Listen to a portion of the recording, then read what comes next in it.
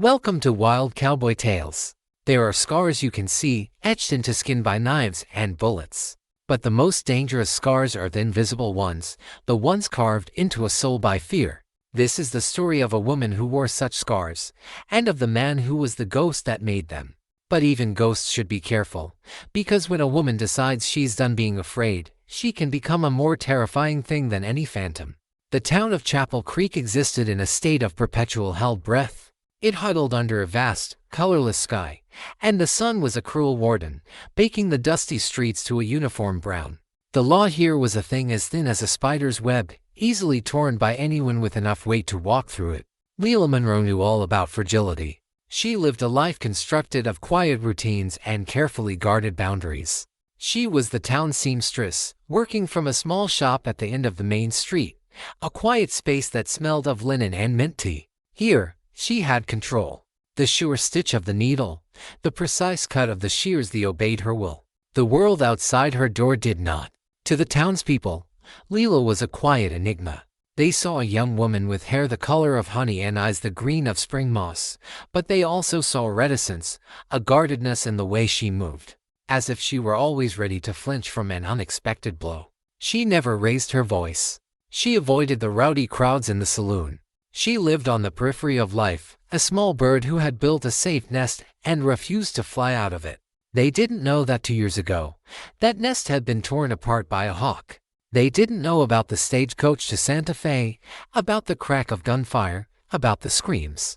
And they didn't know about the man who had stepped out of the dust, the tall, silent figure who had commanded the chaos with a terrifying calm. The man with eyes as cold as flint and a soft voice that could freeze the blood. The man who had not beaten or bruised her, but had done something worse. He had seen her fear and he had savored it, drawing out the moment, making her the centerpiece of his terror until she had broken. That man had a name. Wyatt Lawson. But men called him the Shade, because he moved like a phantom, and left a chill where he passed. Leila had spent 2 years rebuilding her broken walls. The fear was still there, a sleeping beast in her chest, but she had learned to live around it. She had learned control, until, on a Tuesday afternoon, the bell above her door chimed, and the beast awoke. He stood there, filling the doorway. Wyatt the Shade Lawson was back in Chapel Creek. He looked just as he did in her memory, only harder, more dangerous. He was tall and lean, with the weary resilience of a wolf. He wore black from head to toe, the dust of the trail only highlighting the darkness. A cold peacemaker with an ivory grip rode low on his hip, tied down to his thigh. But it was his face that made the air in the small room turn cold.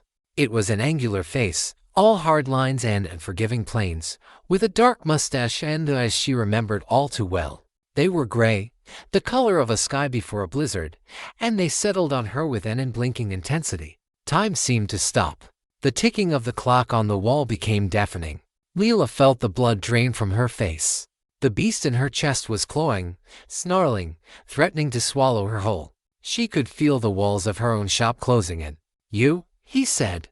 That voice, soft, low, and sharp as a razor. It cut through the 2 years of peace she had so painfully constructed and dragged her back to the screams and the dust. She couldn't speak. Her throat had closed. She could only stand there, pinned by his gaze, the shears in her hand feeling heavy and useless. He stepped inside, the jingle of his spurs a harsh sound on the wood floor. He closed the door behind him, and the simple act felt like the slam of a prison gate. He didn't look at the bolts of fabric or the half-finished dresses. He only looked at her. "I remember you," he said, not as a flirtation, but as a statement of fact, a claim of ownership. "The girl on the stagecoach. You had the eyes of a spooked mare." Leila found her voice, though it was a trembling whisper. "What do you want?" A slight, mirthless smile touched his lips. "I'm looking for a man. Name of Sterling. Ambrose Sterling. I hear he's a man of some importance in this dreary little town." Ambrose Sterling. The owner of the stage line. The owner of the bank. The owner of half of Chapel Creek, including the building Lila's shop was in. "I don't know him," she lied, an automatic reflex of self-preservation. Wyatt Lawson took a step closer. Leila took a step back, her back hitting her work table. He stopped, a few feet of charged air separating them. "Don't lie to me, girl," he said softly, and the softness was more frightening than any shout. I don't like being lied to. He watched her for a long moment, his gaze seeming to strip away her thin layers of defense. He had an old score to settle here, and fate, in its cruelty, had placed her squarely in his path. I'll be in town for a while, he said. I'm sure we'll be seeing each other again. He turned and walked out of the shop, the bell chimming in mockery. He left her in a vibrating silence, the air thick with his phantom presence. Leela stood there, trembling, for a long time after he was gone. The beast was roaring. The fear was a sour taste in her mouth. The man who personified her worst nightmare was back. He was not just a memory anymore. He was flesh and blood, and he was here, in her town, in her world. The girl who had broken 2 years ago wanted to run, to hide in her shop, lock the door, and pray for him to disappear. But as the initial trembling subsided, another emotion, faint but stubborn, began to rise from the depths of her. It was anger. A cold, quiet, simmering anger. He had no right. He had no right to walk in here and tear her life apart a second time. She went to the back of her shop and opened an old chest. Under scraps of fabric and old patterns, she retrieved an object wrapped in an oilcloth. It was a small, two-barreled, filigreed Derringer pistol. It had been her father's. She had never fired it. She had kept it as a talisman, a promise to herself that she would never be completely helpless again. She held the little gun, its weight in her palm surprisingly solid. Tonight, she would clean it. Tomorrow, she would go out to the canyon and learn how to use it. Wyatt Lawson might be a shade, but Leela Monroe decided one thing on that fateful afternoon.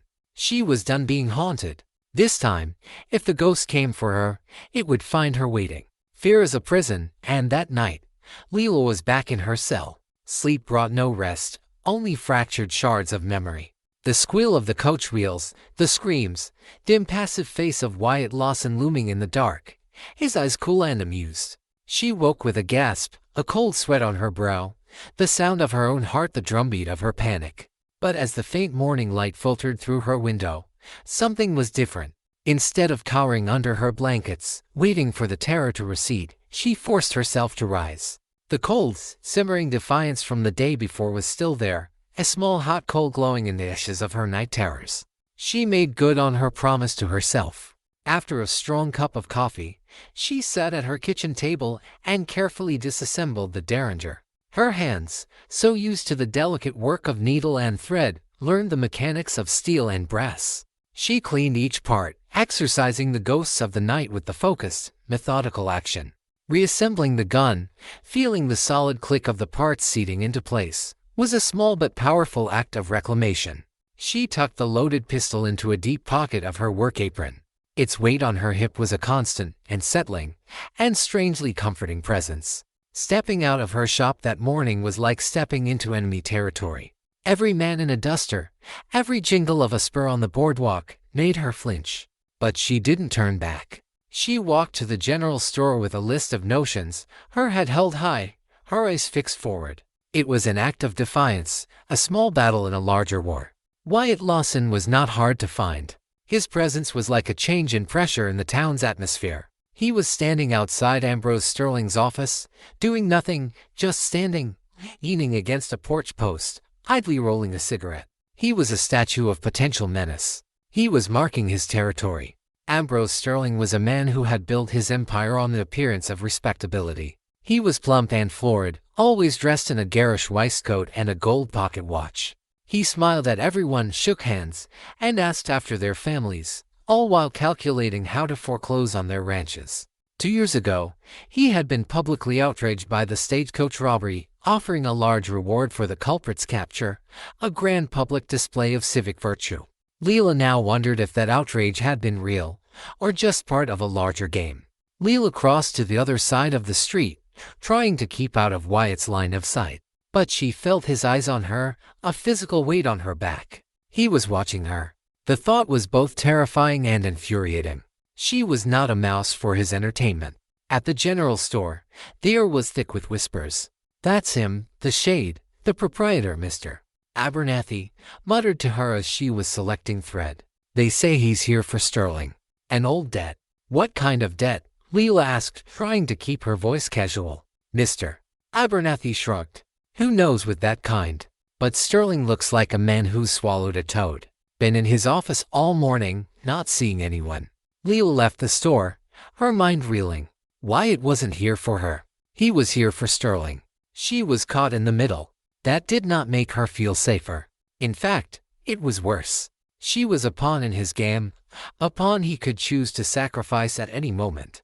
As she stepped back onto the street, she saw Wyatt was no longer at his post. For a moment, she felt a wave of relief. Then she saw him. He was walking towards her, crossing the street with a long and hurried stride, cutting off her path. There was nowhere to go. She stood her ground, her hand unconsciously closing around the hidden derringer in her pocket. He stopped a few feet from her, blocking the sun, casting her in his shade. "Miss Monroe," he said, his voice laced with a mocking smoothness. "We keep bumping into each other." "It's a small town," she said, her voice tight. "It is," he agreed. "Too small for secrets." His gray eyes bored into her. "You do work for Sterling, don't you? Rent this shop from him." "My business is my own," she said, her defiance fueled by her fear. "Today, it's mine," he said, the mockery gone. "Sterling is a man of habits. Does he frequent the saloon? Does he play cards? Does he have a mistress?" He was interrogating her. He was trying to use her. Her anger began to eclipse her fear. "Why should I tell you anything?" Wyatt took a step closer. Lila's instinct screamed at her to retreat, but she held her ground. The weight of the pistol was an anchor. "Because," he said, his voice dropping low, "Ambrose Sterling is a man who owes me something. And I always collect my debts. You can be a bystander in this, or you can be part of the collateral damage. Your choice." The threat was unveiled. He was setting the terms, drawing the battle lines. "I am not a part of anything of yours," she said, her voice cold. She tried to step around him, but he moved, blocking her again. He didn't touch her, but his presence was a physical barrier. "You still have those eyes," he said, almost to himself. "The eyes of a spooked mare. But there's something else there now." He cocked his head. "Defiance. I wonder where you found that." He was too close. She could smell the leather, gunpowder, and trail dust on him. It was the smell of her nightmare. The beast in her chest was screaming. She did the only thing she could. She looked him square in the eye, and she let a sliver of her anger show. "Leave me alone, Mr. Lawson, or you'll find out just where I found it." He looked at her for a long moment, a silent battle of wills playing out between them in the dusty street. Then, an amazing thing happened. The corner of his mouth quirked in a genuine smile. It was not a warm smile, but it was not entirely cold either. It was a smile of surprise, of grudging respect. "All right, Miss Monroe," he said. "For now." He stepped back and let her pass. As she walked away, her back rigid, she felt as though she had just walked through a fire without being burned. She had faced him a second time, and she had not broken. She had held. Back in the safety of her shop, she leaned against the closed door, her heart hammering. She hadn't won. She had merely survived another skirmish. But she had learned something important. Wyatt Lawson was not a mindless monster. He was a tactician. And he responded to strength. The weight of memory was still there. The fear was still a companion. But for the first time in 2 years, Leela Monroe felt a new, alien sensation. It wasn't hope. It was power. And it tasted like gunpowder. The confrontation in the street had left Leela feeling unsettled but empowered. She had stood up to the shade, and he had backed down. It was a small victory, but in her world, small victories were what got you through the day. Still, she knew it wasn't the end. It was just the opening move in a dangerous game of chess she didn't want to be playing. Wyatt Lawson wasted no time. He began to tighten the screws on Ambrose Sterling, not with open violence, but with a subtle campaign of psychological terror. The shade was living up to his name. He was a phantom presence, a whisper in the dark. He would appear in unexpected places. Sterling would come out of his bank office to find Wyatt standing across the street, just watching him, silently. One of Sterling's stage managers would go into the saloon and find Wyatt sitting in a corner, polishing his ivory grip Colt, never saying a word, but his eyes saying everything. He was a master of intimidation. He didn't need to shout or shoot. His silence, his presence, was enough to make weaker men unravel. And Ambrose Sterling, for all his bluster, was a weak man. His power came from money and influence, not from inner fortitude. As Sterling grew more and more frantic, Lila's world began to shrink. Sterling was her landlord. He began to put pressure on her. He came to her shop, his florid face beaded with sweat. "You've been talking to him," Sterling demanded, without preamble. "Lawson? What does he want?"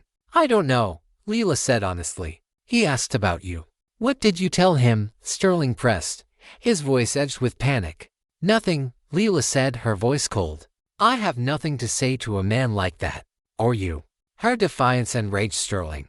"Be careful, Miss Monroe. I can make your life very difficult. Your rent is doubled, effective immediately. Perhaps that will loosen your tongue." It was a cruel act of a cornered man. He couldn't fight Wyatt, so he lashed out at what he perceived to be an easier target. That night, Lila sat in her darkened shop, considering her options. The rent increase would ruin her. She was barely making a living as it was. Sterling was trying to either drive her out of town or force her into submission. She felt the walls closing in again. A soft knock at her back door made her jump. She grabbed the derringer, her heart hammering. "Miss Monroe," a low voice from outside. "Wyatt." She stood frozen, hoping he would go away. "I know you're in there," he said, a note of amusement in his voice. "Sterling raised your rent, didn't he? I saw him leave. He didn't look happy. How did he know? Was he watching her?" "Open the door, Lila," he said, using her first name for the first time. "I'm not here to hurt you. I'm here to offer a deal." Against her better judgment, she slid the bolt. He stood there in the darkness, a tall silhouette. "What kind of deal?" she asked, keeping the derringer hidden in the folds of her skirt. "Sterling is a rat," Wyatt said. "And scared rats run. I need to know where he keeps his money. Not in the bank. His personal cash. His gold. He'll have a stash. And why should I help you? Because I'm Sterling's problem, but he's making it your problem. Help me finish Sterling's problem, and yours disappears. I'll see to it. I'll even pay your rent for a year." It was a deal with the devil. Help a killer, an outlaw, to escape the clutches of a well-dressed thief. It was the kind of justice Chapel Creek offered. "I'm not your spy," she said. "No," he agreed. "You're a survivor. And survivors make hard choices." He looked at her, and in the dim light, his eyes seemed to see more than she wanted. "He scared you, didn't he? On that stagecoach. He saw your fear and he used it against you." Wyatt nodded, almost to himself. "Sterling. He's the same way. He uses people's weaknesses. It's how men like him thrive. The only way to beat them is to take everything from them." He looked at her again. "Help me, Lila. And you'll never have to be afraid of him, or any other man, again." He was offering her not just a solution, he was offering her vengeance. "How can I trust you?" she whispered. "You can," he admitted. "But you can trust that I want what Sterling has more than anything. And I won't let anyone, including you, stand in my way. Which means, for now, our interests are aligned." He left her with that choice and melted into the night. Lila did not sleep that night. She paced her shop, the small pistol in her hand. Wyatt was right. She was a survivor. And she was tired of just surviving. She wanted to live. She thought of the last 2 years, of the half-life she had been living. She thought of Sterling's smug arrogance, of Wyatt's cold cruelty. They were two sides of the same coin, men who took what they wanted from those who were weaker. But there was a difference. Sterling hid behind a mask of respectability. Wyatt made no pretense of being anything other than what he was, a wolf. And there was a strange honesty in that. The next morning, she made her decision. She would not be Wyatt's spy, but she would take back what Sterling had taken from her, her sense of security. She knew that Sterling had a weekly appointment, a private poker game in the back room of the hotel. During those hours, his office would be empty. That evening, while Sterling was playing cards, Lila made her own move. She didn't go to his office. She went to his house. A large, empty house, since his wife had left him years ago. She used one of her hairpins to pick the lock on the back door, a skill she had learned in her days on the run. She wasn't looking for money. She was looking for something more valuable. A weakness. She found it in his study. It was a small, private ledger, hidden in a secret compartment. It didn't contain numbers. It contained names. names of politicians he had bribed, names of ranchos he had ruined, and a series of letters from his wife, full of accusations of his infidelities and his crooked dealings. It was the proof of his rot. It was leverage. She took the ledger and one of the most damning letters. She did not take them to Wyatt. She left them where she knew they would be found. She slipped into the offices of the town's small newspaper, the Chapel Creek Clarion, and left them on the editor's desk. It was her first move, not as Wyatt's pawn, but as a player in her own right. She hadn't used a gun. She had used her enemy's own weapon secrets and lease against him. She had just started a fire of her own, and she had no idea if it would warm her or burn everything down. The Chapel Creek Clarion was a small paper, usually filled with news of cattle prices and church socials.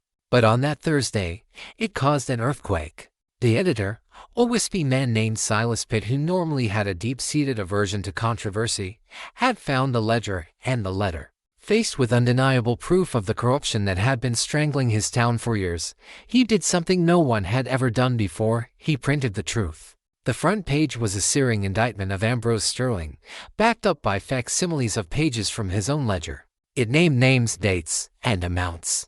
The letter from his wife was printed in full, a painful, personal account of deceit and greed. The paper spread through the town like a wildfire. For the first time, the whispers and suspicions were out in the open. The people of Chapel Creek no longer had to guess about the character of the man who ran their town. They could read it in black and white. For Sterling, it was a catastrophe. His mask of respectability was ripped away. He stormed into the newspaper office, his face purple with rage, threatening to ruin Pitt. But it was too late. The copies were out. Pitt, emboldened by his own courage and the silent support of the townspeople, stood his ground. Sterling became a pariah in his own town. His business partners began to shun him. People looked at him with open contempt. His empire, built on coerced respect, began to crumble. Wyatt Lawson watched it all with a cool amusement. He sat on the hotel balcony, observing the downfall of his enemy, a cigarette burning slowly between his fingers. He didn't know who had leaked the ledger, but he had his suspicions. His gray eyes would often drift towards the small dressmaker's shop at the end of the street. Leela, meanwhile, tried to make herself invisible. She watched the storm she had created from the safety of her shop, her heart a mixture of fear and a fierce, triumphant pride. She had struck a blow against her tormentor, and she had landed it. But her world could not remain separate forever. One evening, Wyatt came again. He walked into her shop without knocking, moving with the quiet confidence of a man who owned whatever space he entered. "It was you," he said. It wasn't a question. "I don't know what you're talking about," Leela said, though her heart was pounding. "The ledger," he said, a slight smile on his lips. "It was a smart move. Better than mine. I would have just taken his money. You took his name. That hurts more." He walked around the shop, his long fingers trailing lightly over the bolts of fabric. "You're full of surprises, Miss Monroe." "I told you to leave me alone," she said, a tremor in her voice. "I think we're past that," he said. He stopped in front of her. "Sterling is wounded now. He's desperate. And desperate men do stupid things. He'll come for you. He knows it had to be you. I can take care of myself." The weight of the derringer in her pocket was a reassurance. Against Sterling, maybe, Wyatt conceded, but not against the men he'll hire. He won't get his own hands dirty. He'll hire scum, men who'll do anything for a price. The cold truth of his words chilled her. "We still have a deal," he said. "I want Sterling's money. You want to stay alive. It seems we still need each other." Their unwilling partnership had taken a new turn. They were no longer just individuals with a common enemy. They were allies in an escalating war. Wyatt's prediction came true sooner than they thought. Sterling, half mad with his public humiliation, hired the Clanton brothers, a trio of brutish thugs known for their willingness to do anything for a price. They were not subtle. They were blunt instruments, designed to crush and terrorize. They arrived in town like a bad omen, three large, bearded men with empty eyes and cruel smirks. They wasted no time. Their first target was to make an example of the Clarion. They broke into the office at night, smashed the printing press to pieces, and beat Silas Pitt savagely, leaving him broken and bleeding on the floor. The message was clear. This is what happens to those who cross Ambrose Sterling. Fear returned to Chapel Creek, colder and nastier than before. The townspeople, who had been brave for a moment, now scurried behind locked doors. The Clanton brothers then came for Leela. She was closing up her shop for the night when they arrived, 3 giant silhouettes blocking her doorway.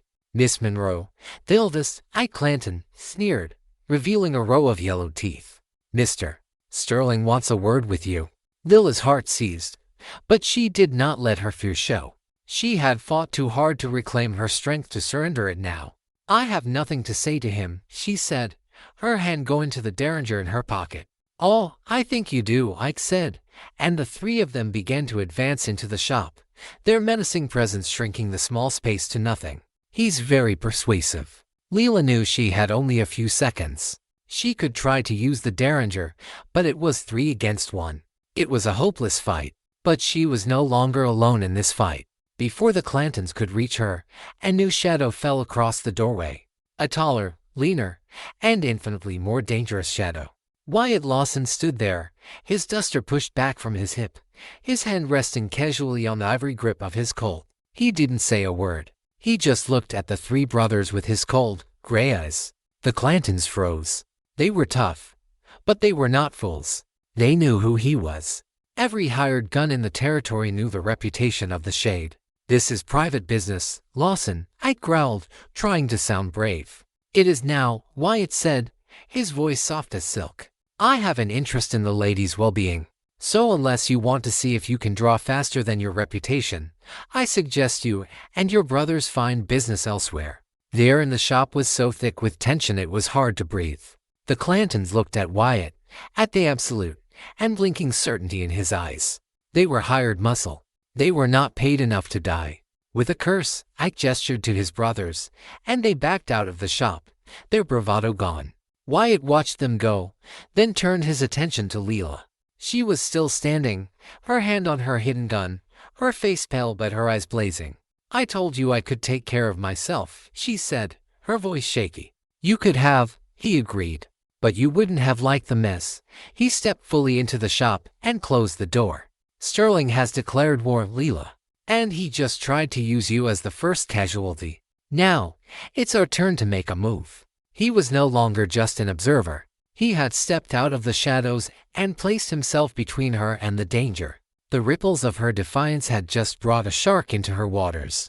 She didn't know if he was there to protect her or to devour them all. The intervention with the Clanton brothers had irrevocably altered the dynamic between Leela and Wyatt. He was no longer just a ghost from her past or a menacing presence in her town. He had become her protector, however reluctantly, however self-servingly. They were now bound together in a dangerous and spoken alliance. "Sterling won't stop," Wyatt said, his voice low in the quiet of her shop after the Clantons had gone. "He's like a cornered snake. He'll keep striking until he's dead." "What do you want from me, Wyatt?" Leela asked, her voice tired. "I told you. I want his money," he said flatly. "But to get to it, I need to get to him. And he's holed up in his bank like a king in his castle, surrounded by hired guns. A direct assault is foolish." He looked at her, his gray eyes calculating. "But you are his obsession, his weakness. He wants you, to punish you, to silence you. He will make a mistake to get to you. And when he does, I'll be there." He was proposing to use her as bait. The idea was both terrifying and infuriating. "So I'm to be your sacrificial lamb?" she asked, her voice laced with ice. "No," he said, and for the first time, she heard a note of something other than cold calculation in his voice. "You're to be the hunter. You've already proven you're good at it. You drew him out with the newspaper. Now we need to draw him out again, but this time, into a trap we control." Their alliance, forged in the shadows, began to take shape. It was a partnership of strange and contrasting skills. Leela, with her intimate knowledge of the town and its people, her quiet intelligence, and her newfound steel. Wyatt, with his lethal skills, his tactical mind, and his utter fearlessness. They began to plan. Their first step was to fortify Lila's position. Wyatt, with a grim and practical efficiency, helped her turn the small dress shop into a defensible position. He barred the back windows. He showed her how to brace the doors. He taught her, and a tense and strangely intimate session in the back alley. How to properly use the derringer, not just to point and shoot, but to aim, to control her breath, to make the two small bullets count. It's not a cannon, he told her, his hands briefly covering hers to adjust her grip. The touch was impersonal, instructive, but it sent a jolt through her. It's a last resort. But sometimes, a last resort is all you need. While they prepared for the inevitable attack, Wyatt continued his own, quieter war. He began to dismantle Sterling's power base from the outside. He would visit the ranchers Sterling had threatened, not with threats of his own, but with quiet offers of protection. He confronted the Clanton brothers in the saloon, not with a gunfight, but with a quiet, menacing conversation that resulted in the three thugs leaving town on the next morning's stage. He was isolating Sterling, cutting him off from his hired muscle, leaving him alone and paranoid. Sterling, as Wyatt had predicted, became more and more unhinged. He rarely left his bank, which he had turned into a fortress, guarded by a handful of the most desperate and loyal gunmen he could find. His public image was destroyed. His business was collapsing. All he had left was his rage and his obsession with the woman who had caused his downfall. The trap they laid was Lila's idea, born of her understanding of Sterling's vanity. The town was planning its annual Founders' Day dance. It was the one social event of the year that Sterling, as the town's leading citizen, had always presided over. To not show up would be the final, public admission of his defeat. "He'll come," Lila said to Wyatt as they planned in her darkened shop. "His pride won't let him stay away. He'll see it as a chance to reassert his authority, to show the town he's not afraid. And he'll see it as a chance to get to you," Wyatt added. "The whole town will be there. It's the perfect cover for an accident." The plan was to use the dance to lure Sterling out of his fortress and into the open. The town hall, where the dance was held, was a large, open building with multiple exits. It was a place where they could control the engagement. The night of the dance, a tense, electric energy filled the air. The townspeople came, not just for the celebration, but to witness the final act of the drama that had gripped their lives. They were no longer just spectators, they were participants. Tommy Hayes, the new, unofficial town sheriff, had deputized a dozen grim-faced ranchers and shopkeepers. They were scattered throughout the crowd, their hands never far from their pistols. Lila arrived, and a hush fell over the room. She was not dressed in her usual, drab work clothes. She wore a simple but elegant green dress that brought out the color of her eyes, her honey-colored hair swept up. She was not the timid seamstress. She was a woman claiming her place. She looked beautiful, and she looked dangerous. Wyatt was not there. His role was to be the unseen variable, the ghost in the machine. As predicted, Ambrose Sterling arrived. He made a grand entrance, flanked by his four remaining bodyguards, his face a mask of false bonhomie. He moved through the room, trying to glad hand, trying to pretend that nothing had changed. But the townspeople met him with a wall of cold silence. His power was gone. He saw Lila. His eyes narrowed, and he began to walk towards her, his bodyguards fanning out. The music in the hall faltered. The final confrontation was about to begin. This was the moment. The trap was about to be sprung. Lila stood her ground, her hand resting on the small purse where she kept her derringer. She could feel the eyes of the entire town on her. She was no longer just fighting for herself. She was fighting for them. The alliance in the shadows was about to step into the light. The moment Ambrose Sterling started walking towards Lila, the cheerful facade of the Founders' Day dance evaporated. The music from the small band faltered and died. The chatter and laughter ceased.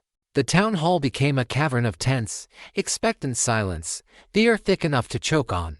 Every eye was on the two figures at the center of the room, the disgraced king and the seamstress who had toppled him. Sterling's bodyguards moved with a practiced, menacing efficiency, creating a clear path for their employer. They were professionals, their hands resting on their holstered guns, their eyes scanning the crowd for threats. They were outnumbered, but they were also desperate, and that made them dangerous. Lila stood her ground, her heart a frantic bird against her ribs. This was it, the culmination of everything. She could feel the weight of the town's gaze, the silent support of Tommy and the other deputized men. But in this moment, she was utterly alone.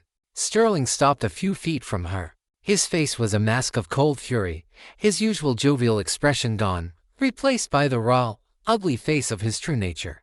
"You," he hissed, his voice low so only she could hear. "You have ruined me, you little gutter snipe." "You ruined yourself, Ambrose," Leela replied, her own voice surprisingly steady. "I just turned on the lights so everyone could see." His eyes flickered with a mad, desperate light. He had lost everything: his reputation, his power. All that was left was his need for revenge. "I will see you in hell for this," he whispered. He raised his hand, as if to signal his men. It was the prearranged signal. This was the moment the trap was supposed to spring. Tommy and his men were supposed to draw their guns. But something was wrong. From the back of the hall, a single, sharp command rang out. "Nobody moves."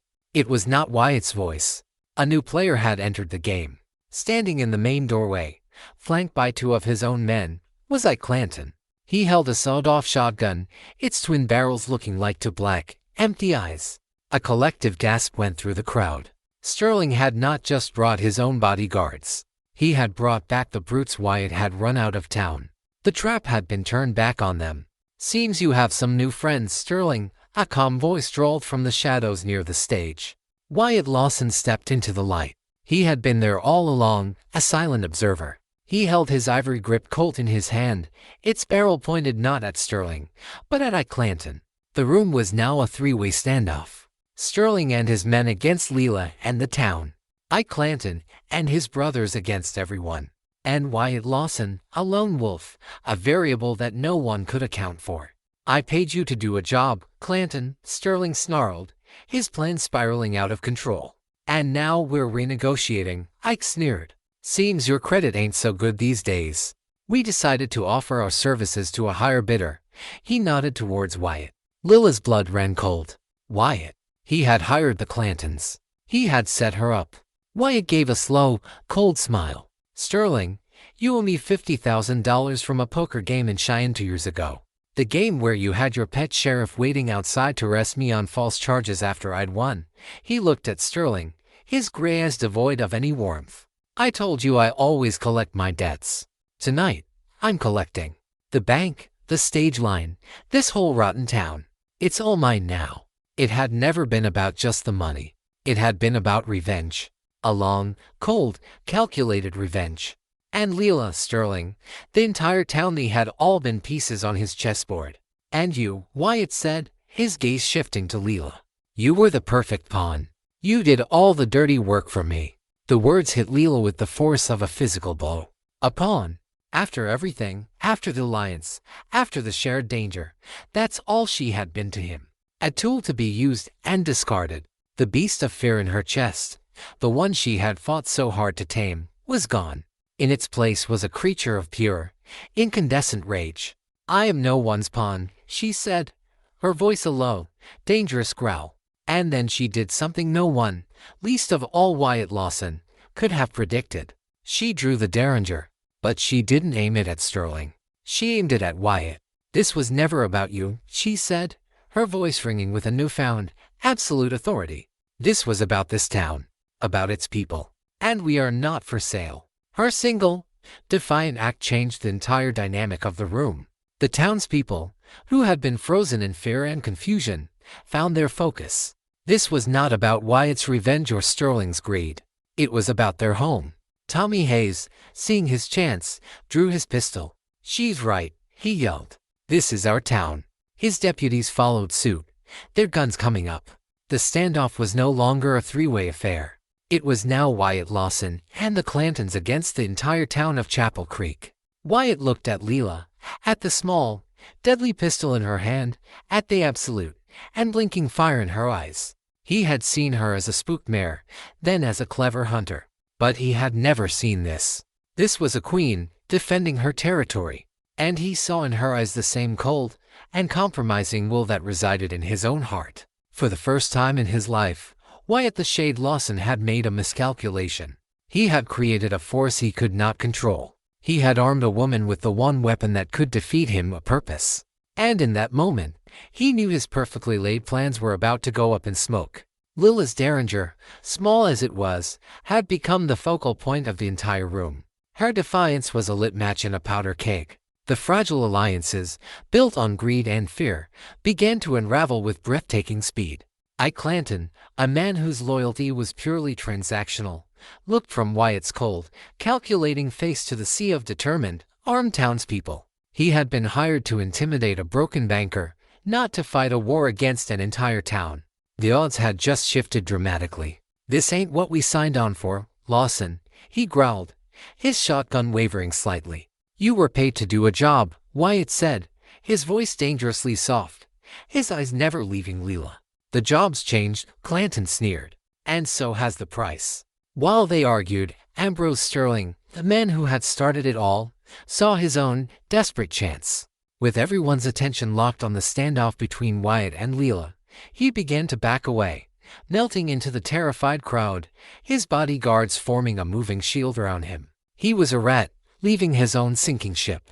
Tommy Hayes saw him. "He's getting away," he yelled. But before anyone could react, the first shot was fired. It was not from Leela or Wyatt. It was from one of Sterling's own bodyguards, a nervous young man who lost his nerve and fired a wild shot at the ceiling. The sound of the gunshot was like a physical blow, shattering the last vestiges of restraint. The town hall erupted into a chaotic, terrifying gunfight. It was not a clean, heroic battle. It was a desperate, messy, close-quarters brawl. The deputies and ranchers, who were not professional gunmen, began firing, their shots filling the room with smoke and the whine of ricocheting bullets. The Clantons, seeing their position as untenable, began to fight their way towards the exit, their shotguns blasting indiscriminately. Leela was thrown to the floor in the initial chaos. The world became a deafening, confusing nightmare of noise, smoke, and screaming.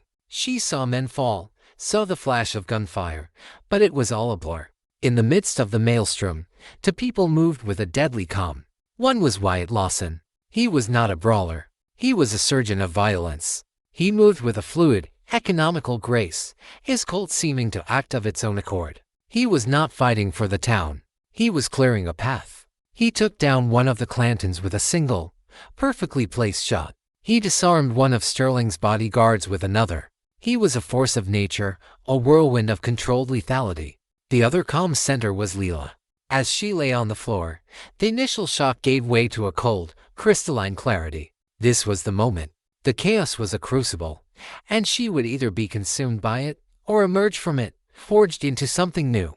She saw Ambrose Sterling, using the gunfight as cover, finally making it to a side door. He was going to escape. The man who had caused all this, the man who had tormented her, was going to slip away while everyone else bled for his crimes. She got to her feet. She still had the Derringer. It was a pea-shooter in this cannon fight, but it was what she had. She began to move through the chaos, not a participant in the gunfight, but a woman on a singular mission. She saw Wyatt, engaged with Ike Clanton near the main entrance. He saw her, a fleeting glance, and his eyes widened in surprise as he realized what she was doing. He was a man who understood single-minded purpose when he saw it. Leela reached the side door just as Sterling was fumbling with the latch. "Ambrose," she said, her voice cutting through the din. He spun around, his face a mask of shocked terror. He saw her, the girl he had dismissed, the victim he had created, standing there with a gun in her hand. He fumbled for his own small pistol, tucked into his waistcoat. Leela was not a gunslinger. She was a seamstress. But in that moment, her hand was as steady as if she were holding a needle. She aimed, and she fired. The small gun bucked in her hand.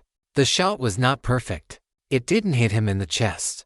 It hit him in the leg. He screamed, a high, thin sound of pain and outrage, and collapsed to the floor, clutching his shattered knee. She stood over him, the second barrel of the Derringer still aimed at his head. He looked up at her, his arrogance gone, replaced by pure, pathetic fear. "Please," he whimpered.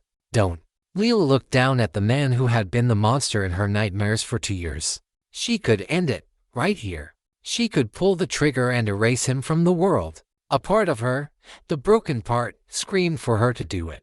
But as she looked at him, she didn't see a monster anymore. She just saw a weak, pathetic man, bleeding on the floor. Killing him would not heal her. It would just make her like him. Slowly, she lowered the gun. "No," she said, her voice quiet but firm. "You're going to live." You're going to live and you're going to answer for what you've done. That's a worse hell than any bullet I can give you." At that moment, the gunfight sputtered to a close. The Clantons were down or had fled. Sterling's men were all wounded or had surrendered. Wyatt Lawson stood alone by the main door, a grim, smoking avenger. He looked across the ruined hall at Leela, who stood in triumph over the whimpering form of Ambrose Sterling. Their eyes met. The game was over, and the pawn had just checkmated the king. Wyatt gave a slow, almost imperceptible nod. It was a sign of respect, a surrender. He had come to Chapel Creek to collect a debt, to enact his own cold revenge. But he had been a spectator to a much more profound, and much more satisfying, form of justice. Without another word, he turned and slipped out into the night, disappearing as quietly as he had arrived. The shade was gone. He had left his money, his revenge, and a piece of his own cold certainty behind in the wreckage of the Chapel Creek Town Hall. The aftermath of the Founders' Day dance was a town holding its breath, waiting to see if the world it had just violently upended would come crashing down. The town hall was a wreck, the floor littered with broken glass, overturned tables, and the dark stains of spilled blood. But it was also a place of catharsis. The citizens of Chapel Creek, led by the quiet seamstress they had once overlooked, had faced their demons and won. Ambrose Sterling, his leg shattered and his empire in ruins, was taken to the town jail. There would be no escape this time. With the ledger as evidence and a dozen witnesses to his attempted murder, his reign was definitively over. The law, for the first time in Chapel Creek, would be a tool of justice, not of power. In the days that followed, a new order began to emerge from the chaos. Tommy Hayes, his authority now cemented by his bravery, officially took on the role of town marshal. He and a council of citizens, with Leela as their quiet but resolute advisor, began the slow, difficult work of rebuilding. Leela Monroe found herself in a strange new world. The fear that had been her constant companion for 2 years was gone, burned away in the crucible of the gunfight. But its absence left a strange, hollow void. She had spent so long defining herself by her trauma that she was no longer sure who she was without it. She was no longer just the town seamstress. She was a hero. People treated her with a new, awestruck respect. They would stop her in the street to thank her. But their admiration was also a cage. They saw her as a symbol, a giant slayer. They didn't see the woman who was still trying to learn how to live with the ghosts of her past. The scars of her victory were as profound as the scars of her initial trauma. She had faced violence and had answered with violence. She had taken a man down, had held his life in her hands. The weight of that act settled on her. She had proven she was not a victim, but the cost had been a piece of her own peace. She reopened her shop, and the familiar rhythm of needle and thread was a comfort. But the quiet was different now. It was no longer a shield against the world, but a space in which to confront the echoes of the battle. One evening, a week after the dance, she had a visitor. The bell above her door chimed, and she looked up to see Wyatt Lawson standing there. Her first instinct was to reach for the derringer, which she now kept in a drawer by her side. But she stopped. He was not dressed for a fight. He wore a simple shirt and trousers, and his gun belt was gone. He looked smaller, somehow, less a force of nature and more just a man. "Lawson," she said, her voice cool. "I thought you'd be long gone." "I was," he said. "I got about 20 miles down the road." He walked into the room, his movements slower, less predatory than she remembered. "Then I turned around." "Why?" He looked around the small, neat shop, at the signs of a life carefully, painstakingly put back together. "Curiosity," he said. "I came here for revenge. A simple, clean transaction. Instead, I saw something else." He finally met her eyes. "I saw you." He took a small, heavy leather pouch from his pocket and placed it on her counter. It clinked with the sound of gold coins. "What is this?" she asked. $50,000, he said. "Or what's left of it after I paid off the Clantons for their inconvenience." He had recovered the money from Sterling's hidden stash after the chaos. "It's what Sterling owed me. Now it's yours." Leela stared at the pouch. It was a fortune. It was a way out, a new life, anywhere she wanted. "I don't want your money," she said. "It's not my money," he said. "It's his. It's dirty. But maybe you can make something clean with it. A new school. A doctor for the town. Whatever you want," He gave a small, wry smile. "Consider it payment. For the lesson." "What lesson?" "That some debts can't be paid with gold," he said, his voice quiet. "And that some pawns have a way of becoming queens." He stood there for a moment longer, a man clearly out of his element. The great Wyatt the Shade Lawson, the cold-blooded avenger, looked lost. He had completed his quest, only to find that it had left him with nothing. "I'm riding out in the morning," he said. "I don't suppose," he trailed off, and sure of how to finish. Leela understood. He was a ghost, a man who haunted the world because he had no place in it. He saw in her another haunted soul, a flicker of something he recognized. "Where will you go?" she asked. He shrugged. "There's always another town, another score to settle." But his voice lacked its old conviction. The life of a shade, she realized, was a lonely one. "You don't have to," she said, surprising herself with the words. "There's a lot of rebuilding to do here. We could use a man who's good with a hammer. Or a gun." It was not a declaration of love. It was not an offer of forgiveness. It was a simple statement of fact. An offer of a place. A chance to stop being a ghost. Wyatt looked at her, and for the first time, she saw the man behind the shade. She saw the weariness, the loneliness, and a flicker of a long-extinguished hope. He didn't answer. He just nodded, a small, almost imperceptible gesture. He turned and walked out of her shop, leaving the pouch of gold on the counter. Leela didn't know if she would ever see him again. But as she picked up the heavy pouch, she knew that something profound had shifted. The scars of her victory were still there, but they no longer felt like wounds. They felt like the foundations of something new, something strong, something she had built with her own two hands. The gold Wyatt left behind was both a burden and an opportunity. For a day, Leela considered leaving it on the counter, a silent testament to her independence. But as she looked out at her town, at the still boarded windows and the faces of people who had fought and bled for their home, she knew that pride was a luxury they couldn't afford. The gold wasn't Wyatt's, and it wasn't Sterling's. It was now Chapel Creek's. It was the spoils of their war. She took the gold to the first official meeting of the new Chapel Creek Town Council, held not in the ruined town hall, but in her own small shop. She placed the heavy pouch on the table between Tommy, Mr. Abernathy from the general store, and a few of the other ranchers and business owners. "This is our future," she said simply. That act solidified her role in the town. She was no longer just the hero of the Founders' Day dance. She became the architect of its rebirth. She had no official title, but her voice carried more weight than any mayor or judge. When Leela Monroe spoke, people listened. They used the gold not to enrich themselves, but to rebuild.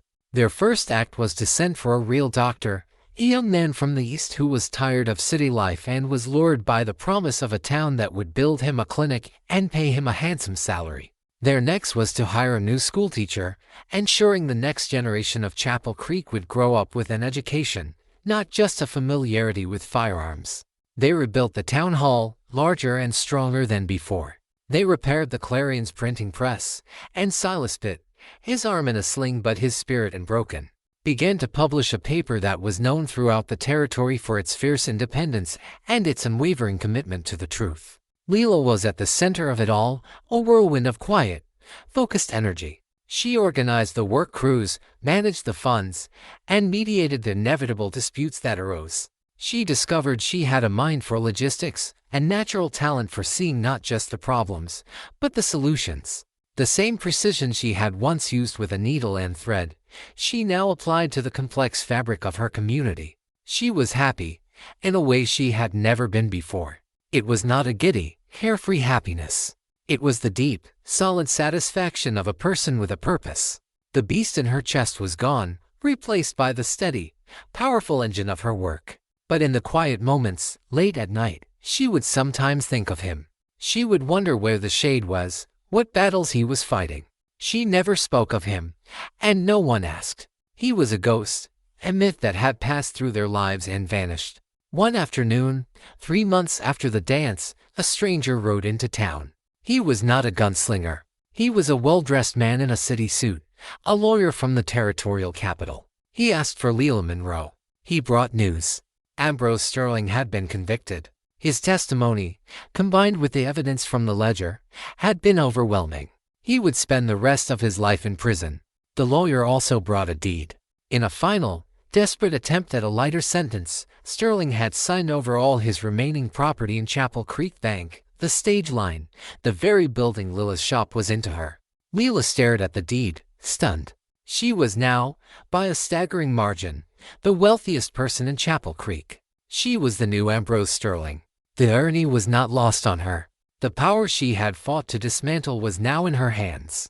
She could become the new ruler, the new center of the web. That evening, she called another council meeting. She placed the deed on the table. "This," she said, "belongs to all of us." They formed a town cooperative. The bank was reorganized to offer fair loans to ranchers and businesses. The profits from the stage line were used to fund public works and new better roads. Lila kept only the deed to her own small shop. She had no interest in being a queen. She was a builder. As the months turned into a year, Chapel Creek became a different kind of town. It was prosperous, but its prosperity was shared. It was orderly, but its order came from mutual respect, not fear. It became a beacon, a small, stubborn testament to the idea that a community could govern itself with decency and strength. Lila had found her place.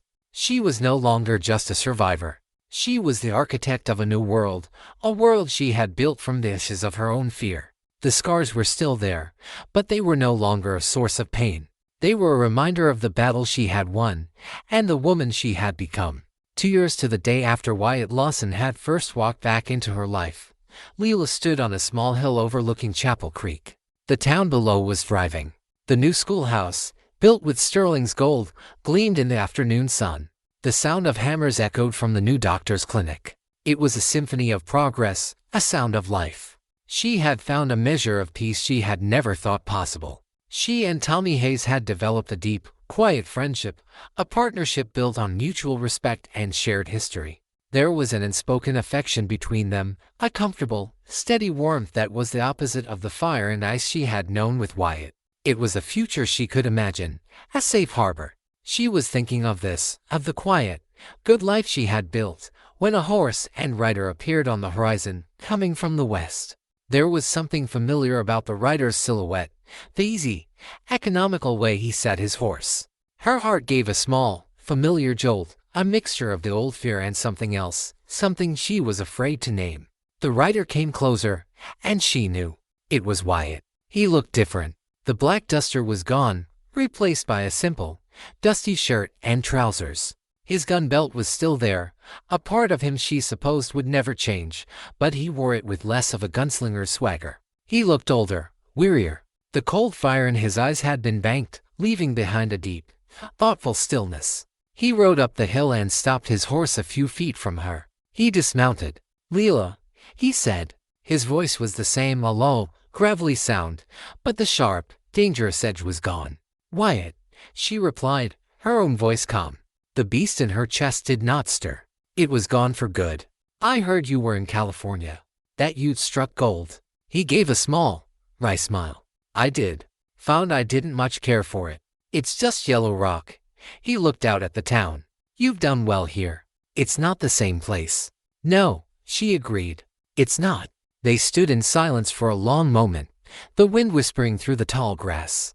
"I came back to," he started, then stopped. He, Wyatt the Shade Lawson, the man of cold certainty, seemed to be at a loss for words. "I heard about what you did.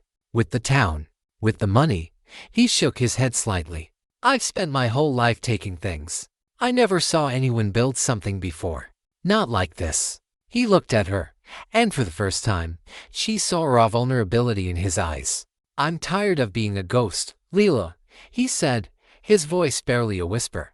"Ghosts can't build things. They can only haunt them." He reached into his saddlebag and pulled out a small, clumsily wrapped package. He held it out to her. "This is for you." She took it. Inside, wrapped in a piece of velvet, was a silver thimble, exquisitely crafted, with a delicate L engraved on it. "I remembered you were a seamstress," he said, almost shyly. Lila looked at the thimble, then at the man before her, the man who had been her tormentor, her ally, her phantom. She saw the long, bloody road he had traveled. She saw the loneliness that was his only constant companion, and she felt not fear, not anger, but a profound, aching compassion. "You don't have to be a ghost anymore, Wyatt," she said softly. "There's a place for you here, if you want it." She was not offering him forgiveness for the past. The past could not be changed. She was offering him a chance at a future, a chance to lay down his own ghosts, just as she had laid down hers. A slow smile spread across Wyatt's face, and this time, it was a smile of pure, unadulterated warmth. It was the smile of a man stepping out of the shadows and into the sun for the first time. "I'd like that, Leo Monroe," he said. "I'd like that very much." They stood together on the hill, two survivors, two souls scarred by the harshness of the West. They didn't know what the future held. It would not be easy. Their pasts were too complicated for that. But as they looked down at the town they had both, in their own ways, helped to save, they knew they would face it together. The shade had found his light, and the seamstress had woven a new, stronger fabric for them both.